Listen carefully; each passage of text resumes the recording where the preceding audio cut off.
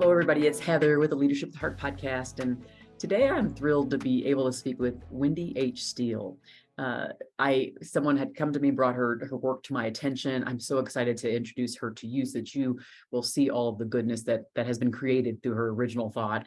And it's pretty impactful. So it's going to be really focused on community and what that means from the Leadership with Heart and the caring leadership context. And it'll come out. And I'm excited to have you on here, Wendy. Oh my gosh, Heather, thank you. I'm excited to be here. So tell everybody now who's listening, where are you right now on your leadership journey? I have been at this, which is building the Impact 100 movement for just over 20 years, which is hard to imagine. And it is growing as fast or faster than it ever has. So where I am is kind of riding this wave and working to get it managed in a way that it can have the most power. Wow, that is, I always like, I like hearing that because it's like, especially when you've been at it now for 20 years. So it's like where it started and where it's at now. Can you share? Share a little bit more about what that you do there at Impact 100 and kind of what that journey looked like for those who are listening to give it really good context to where your heart is. Absolutely. So back in 2001, I was living in Cincinnati, Ohio, having moved there from the East Coast. I had met so many great women, and they started to tell me all the reasons why they couldn't be involved in the community. Now, I was a banker. That was my day job. And I loved being a banker because I felt like bankers solve people's problems, help them achieve their dreams and their goals. And so I also, alongside my career, gave back to the community. Cincinnati is one of those really great places where there are plenty of well-paying jobs, yet the cost of living is low. So the math works in your favor. And yet, women I met there would tell me all the reasons why they couldn't join me in whatever nonprofit venture I was working on. Sometimes it was because I was looking to work with arts and culture organization or an education organization, and they would tell me that they had a different interest. They really only cared about health and wellness, or they only cared about the environment. The other reasons were, I don't have time to make regular meetings. I can't justify paying a sitter to come volunteer with you. And this overarching sense that when they'd given back to the community before, it hadn't mattered. They didn't know when the money got spent. They didn't know how it got spent. And they had this general sense of a little bit of mistrust mixed with the feeling that they were not enough. They didn't know enough to make a difference. They didn't have enough money to really matter.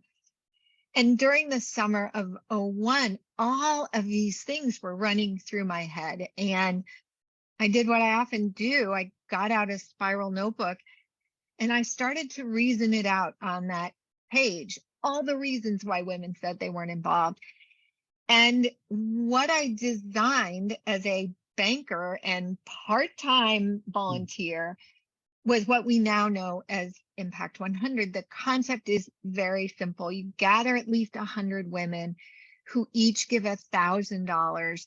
You pool it together and give it away in its entirety right in the local community where the women lived. This is an idea I had in 2001. 9/11 happened shortly after that. So we put everything on hold, as you might imagine, as we adjusted to an entirely new reality. Eventually, I brought who I had identified to be my founding board together at the end of October and said, do we do this or not? And the answer was yes. So by March of 2002, we had our nonprofit status, our 501c3. By May, 123 women had handed us a check. We then announced to the greater Cincinnati community that we were giving away a single grant of $123,000.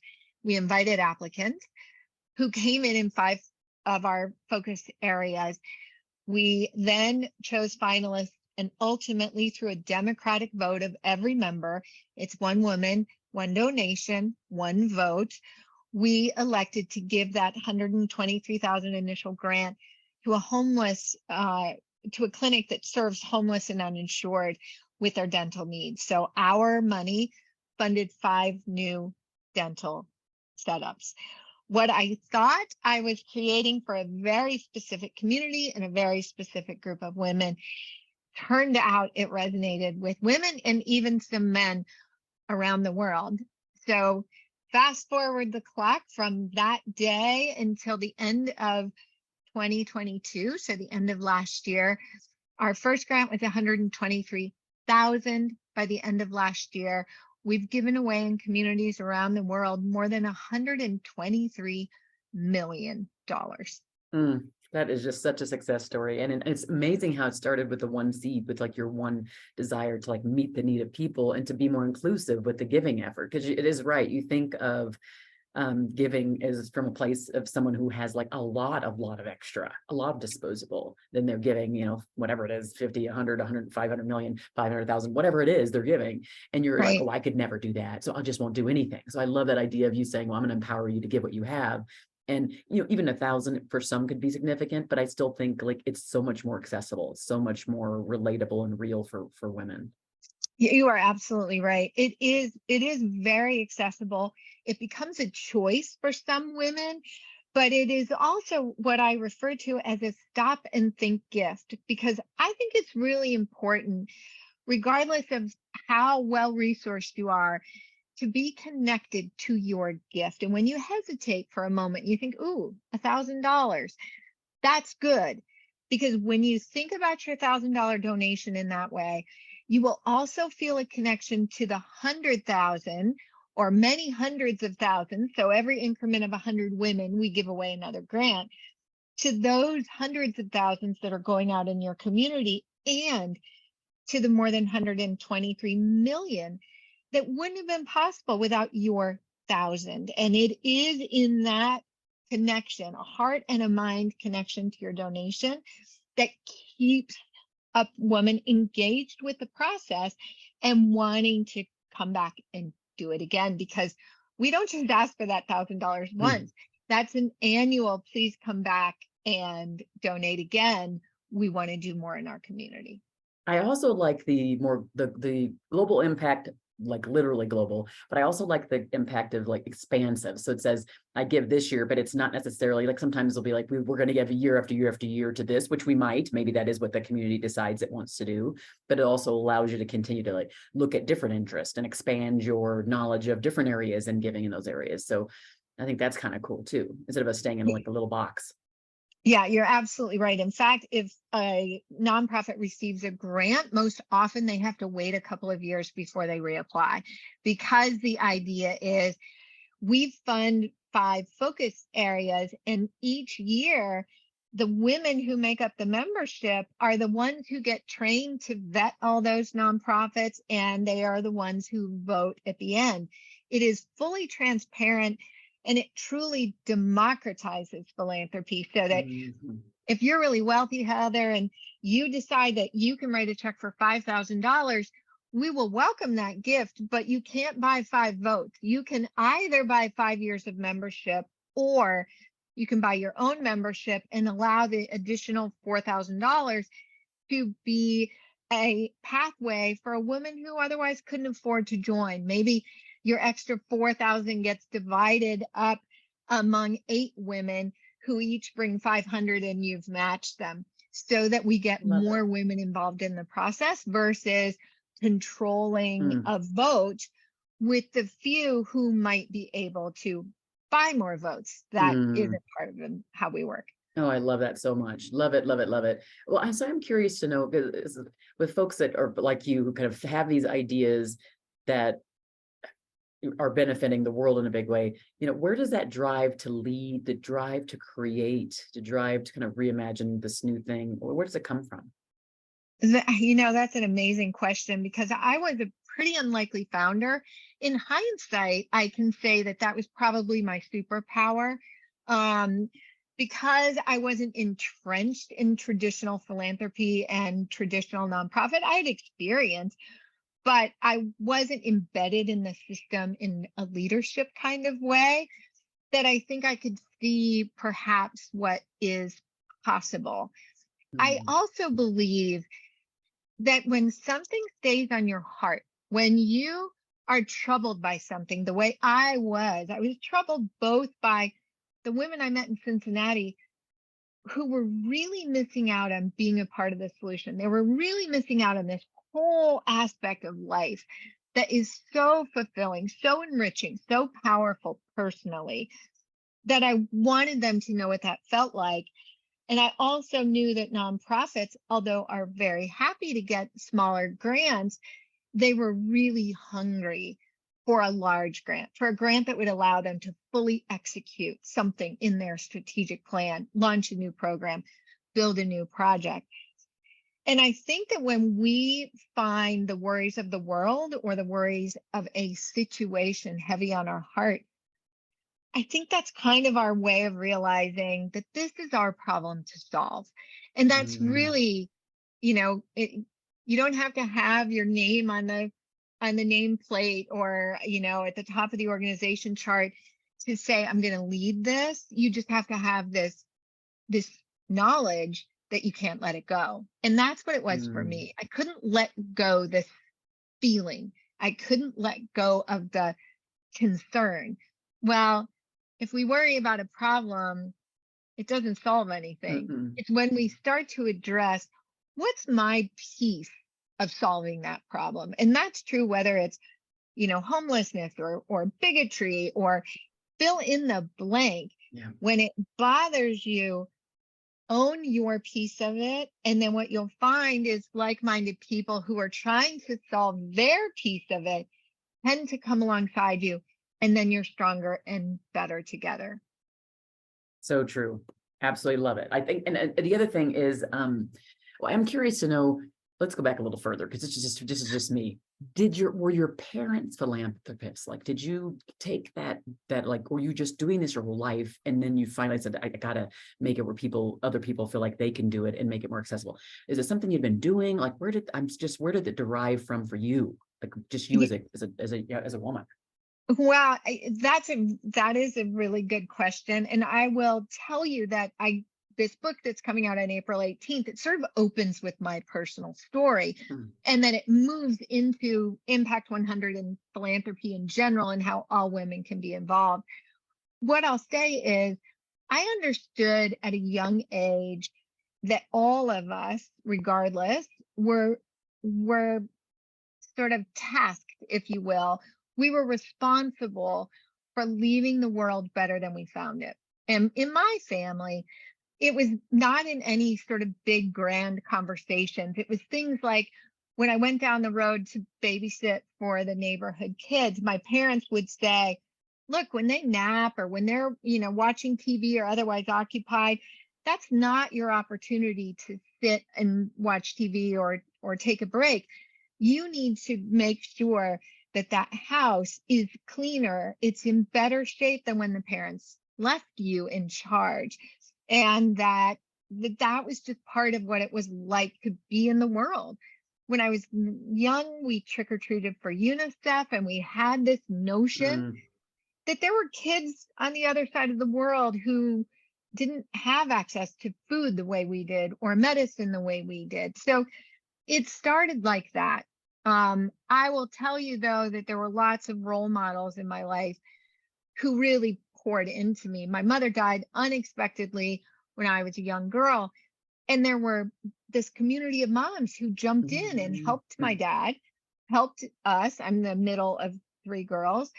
They did the things that women do, like bring casseroles and whatever, but they stayed mm, long after it wasn't convenient anymore. They drove carpool. They took me to buy my first dress for a dance. That they helped my dad know what was reasonable and what was not reasonable because he was pretty strict.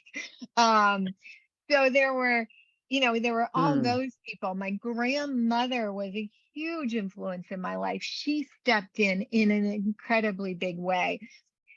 So it was much more with their deeds, with more than their check writing. Mm, But that I really saw, that I really felt. It was how they looked at the world.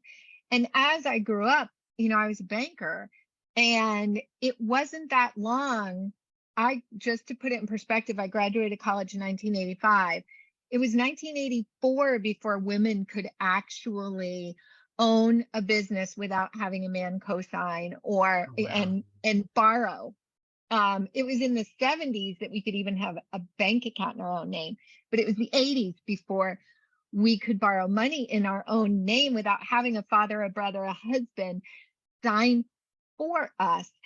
And so I knew the evolution of that. And if you think about traditional philanthropy, women gave, it was all time based. And yet all the women I knew, if they lacked one thing, it was time. They were Mhm. they were busy with their careers. They might be raising children, they might be caring for elderly parents, or all of the above at the same time. And sometimes it would have been easier to write a check, but women just weren't that well practiced at Mm. quote just writing a check. Today it might sound easy, but certainly not then. And what I find even today is there are women who, when about 50% of the women who join Impact 100 have never written a check for $1,000 to a single charity prior to joining. Wow. That to me is mind boggling. It's not necessarily because of capacity, it's just that they didn't do it. And Mm. even when I created the model, I was 38. I had never written a check for $1,000 to a single charity, but I figured I could. To your earlier Mhm. point, like it's attainable. I haven't done it, but I probably could do it. Yes. And then of course I did, and so have many other women since then. I do love your idea of the think and pause, the idea, because like the think that reflectional part that says, how much is this cause important to me? How much does it speak to my soul? Okay, am I willing to hurt just a tiny bit to do this? Asking yourself those questions, I think that's critical. When we think about the Mhm. world, what I loved about that, the story about the women and how they all came together. I mean, I can completely see. This is why I like to go back further, because I can completely see now, like you wanting to create a place where the community comes together to solve the problems of the community. They come in and they pitch in for that exact same reason. I completely see the parallel. Yeah. Powerful story, really powerful story of witness. And also, most of us we'll say, well, we've had a mentor, or it's our parents that have like created us the people we are, like, and the fact that these are people from that, they weren't like strangers, but they weren't necessarily family per se, Right. and they showed up like family, which makes me Mm. think of, I am my brother's keeper. And Right. that's what my focus is to help other people around me. I love it. Love it. Now for everybody's listening, you can see why I have her on the show. Leadership of the heart is exactly the thing. And I say that, and because people know that where I'm going with this, and that is going to be, as we think through how people say, oh, you did this, oh my gosh, you're so wonderful, you did all these things. We all have those, there's these pivot points, there's these crossroads, these things that happen in our journey where we go, that was like uncharacteristic, or I'm not real proud of that particular thing. Can you think of a time for our listeners now, and share with them a specific time that you can think of, or maybe you did not feel like you were leading with heart, that you weren't aligned as much with this caring community, inclusive, this kind of focus, maybe on this journey? You have any story to share with everybody on that? Honestly, I could share like 20 stories, but because yeah, I definitely have had my fair share of missteps. But I think probably the most relevant one was um, after we made our first grant. Bear in mind that I really thought I was only building it for one community. And as you might imagine, People Magazine writes this story and inquiries start coming in. And then women talk to other women, and so more inquiries came in. And in the beginning, I didn't get it. Like, I was very slow on the uptake to realize that this was going to be something that was going to be so much bigger than I could have imagined. And so I did not commit very seriously. Like, if you called me then and said, I want to start a chapter in my community, I would have had a conversation with you, but I would not have been as intentional as saying, it's important that you understand each aspect. It's important that you understand how the model works.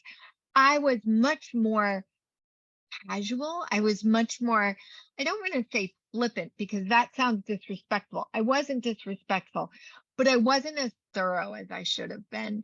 And I was busy, doing my day job at the time, right as this whole story broke. My longtime marriage had fallen apart. So I was divorcing, I was relocating kids. Like, I definitely had a lot of personal things swirling. I don't say that as justification. It still was not a fine leadership moment to sort of give them partial information and send them on their way. And how I ultimately corrected that is this realization that this is critically important. This movement continues to resonate with women. Data that has come out both on my work and on philanthropy in general backs up what, by the grace of God and luck, was included in my original model as being so important today for millennials and Gen Zs as much as for boomers and Gen Xers. So I have turned that around. I have built more structure. I do now have building blocks that leaders will go through. And I do things like I hold global conferences every couple of years, et cetera, in order to share all of this information. But in the beginning, I was a little bit in denial. It's interesting as you say that, because I think most when we go through these, when we're at these different crossroads or these pivot points or these awakenings, like as a leader, uh, it is hindsight, number one. I mean, it's just, it's part of the journey. Like I don't, we would never be the people we are today if we didn't go through these times where it's like, oh gosh, and will I ever do that again? I hope not, but I can't promise myself. Like I have certain things about, there's a thing about my leadership I do, and each time I have to kind of smack myself because it's something that kind of occurs over and over, and it's like, okay, stop, now I'm good for a time, then it happens again, oh shoot, and I stop, and it's the one thing, like it's not like it's multiple, it's like the one thing that rears its head. And so it's just interesting. I always like to highlight it because it's not the same for everybody, and Yeah. our journey to enlightenment, not perfection, is also not the same for everyone. Sometimes some of us are smacked harder than others in order to get to the point where we actually have a learning from it. Exactly.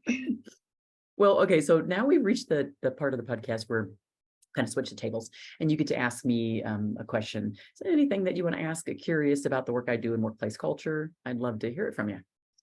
Well, I have a whole lot of questions. So I'm going to make it a two-part Okay. because I can't narrow it down to just one.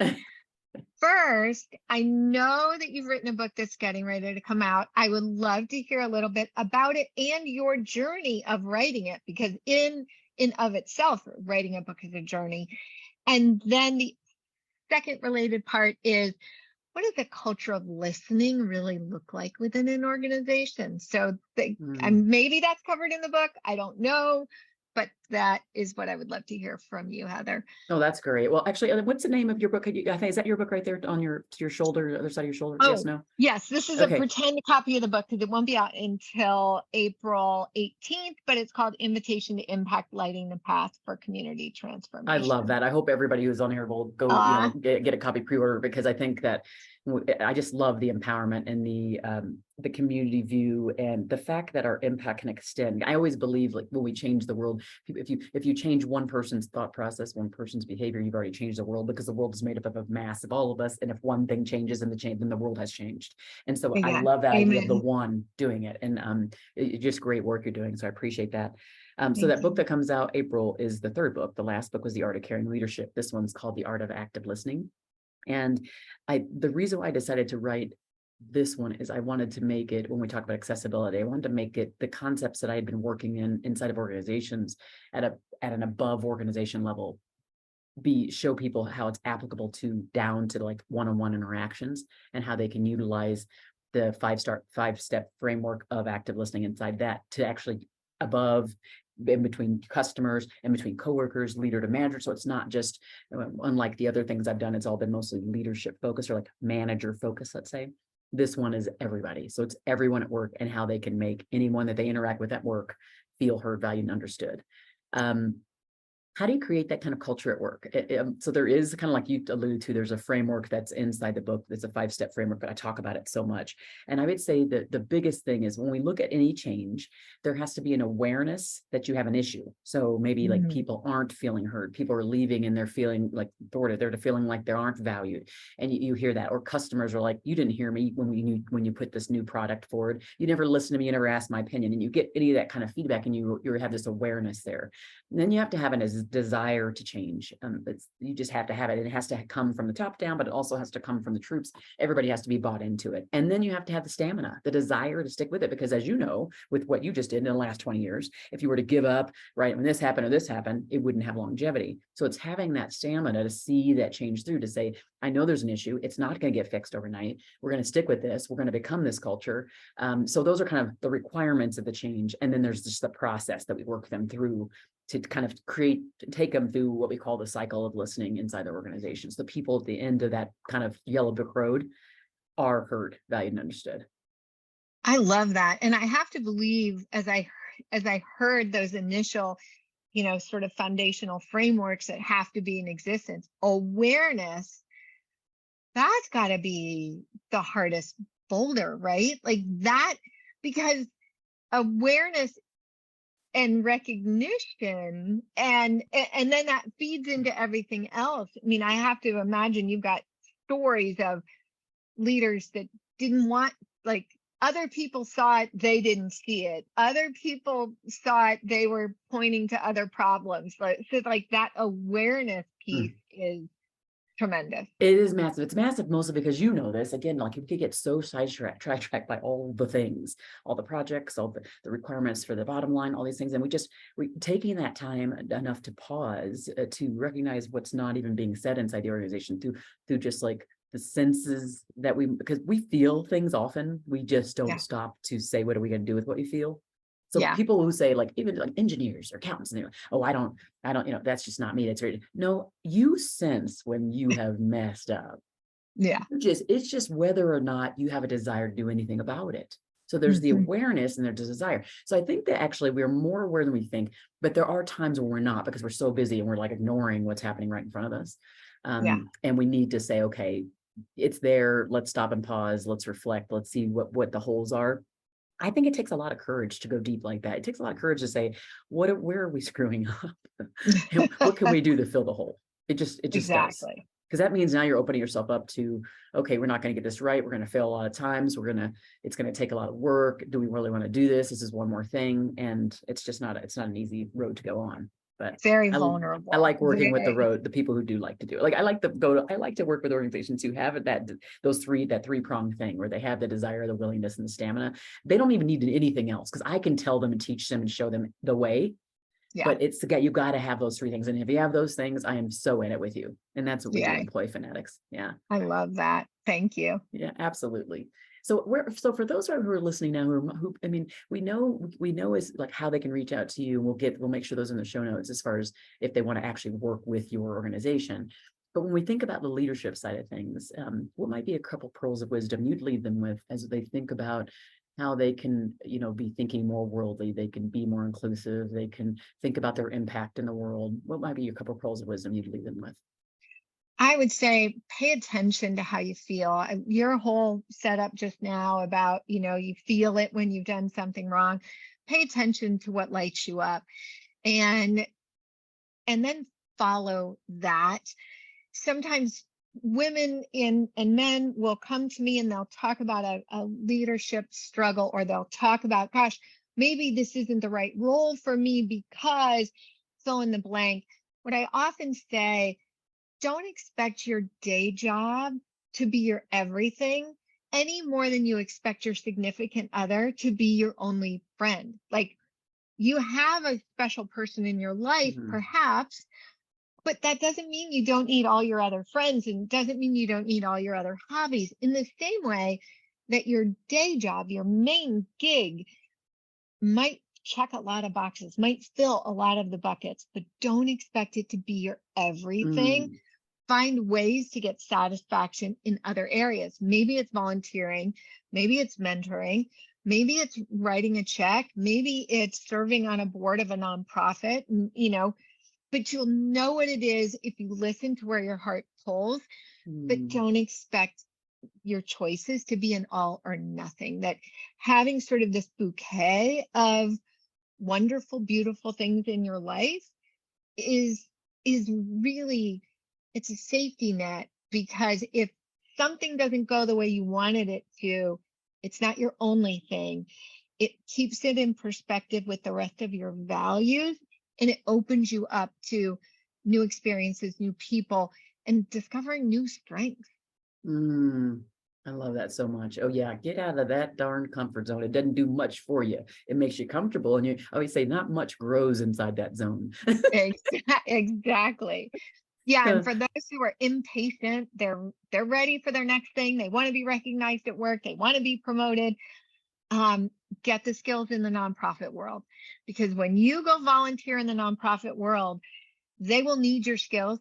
Doesn't matter if you've never done it before. You can learn how to do it in that environment, which is very, very enabling and encouraging. And now it's a transferable skill, so that you can say, I organized this event that brought in X thousands of dollars, or this many people, or met those goals, or I, spoke at an event, and now I want to speak in my day job. So start looking for ways that you can learn, perfect, and grow your skills outside of your 9 to 5, and then go back there and say, here are these skills I've learned that will demonstrate my readiness for the next big assignment or the next big role. Love that so much. Oh my gosh, yes. This is absolutely outside of the box thinking and expanding it and reimagining what's possible. Not saying where is the new project at work, but this thing over here can highlight all the gifts I have and give me even more skills. And I love that idea so much. Wow. Good. Wow. Hopefully those are listening are just wowed like I am by so much. I'm just so floored by what you were able to accomplish. And I know it's you and many others, but just that original seed, the original idea, how you brought that to life, Wendy, is pretty impressive. So I'm very happy to have you on here. So Oh, thank you so thank you. much. This is such a treat for me. I really appreciate it. And so for those who are listening, please do share this far and wide. That's how other people get to hear this good stuff, right? And it makes a lot of sense that we share it. And maybe you're interested, maybe you can inquire, maybe you can be a spark that's in your community that can kind of be a part of this Impact 100. So do that for sure. But thanks again, Wendy, for being on here. Again, my real big pleasure. I'm glad that I said yes and you said yes. Oh, thank you, Heather. Me too. Me too. Thanks everybody for listening to the Leadership with Heart podcast. Be well.